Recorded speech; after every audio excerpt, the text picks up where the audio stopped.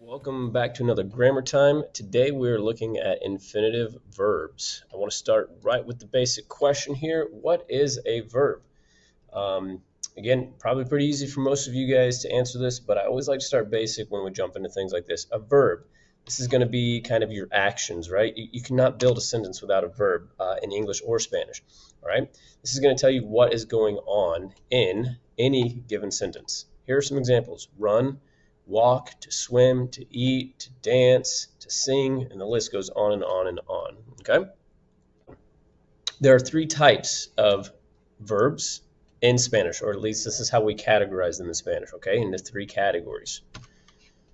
We have verbs that end in AR, we have verbs that end in ER, and we have verbs that end in IR. So let's look at a few. Cantar, to sing. Correr, to run. Escribir, to write. Okay, we've got this AR, ER, and IR. So let's talk about this for a minute. We know our verbs oftentimes will use a subject. I, you, he, or she, right? When we say things like I run, or you walk, or we eat, they swim.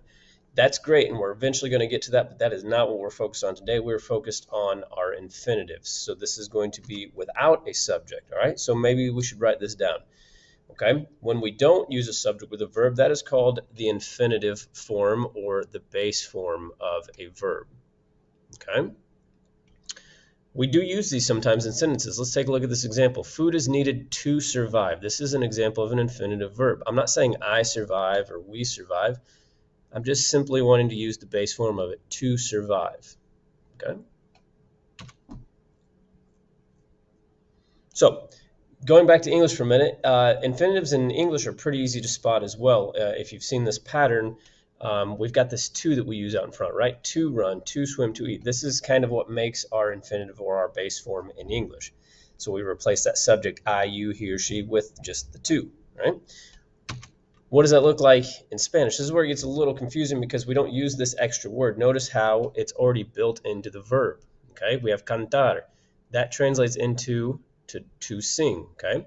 This preposition to is already built in here, okay? So if you want to think of it this way, these endings that we started with, AR, ER, and IR, right here, this is kind of the equivalent to that preposition in English, to, okay?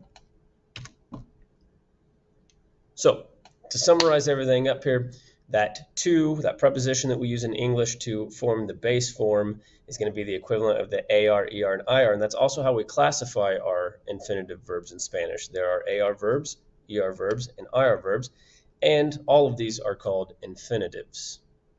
Thanks for watching.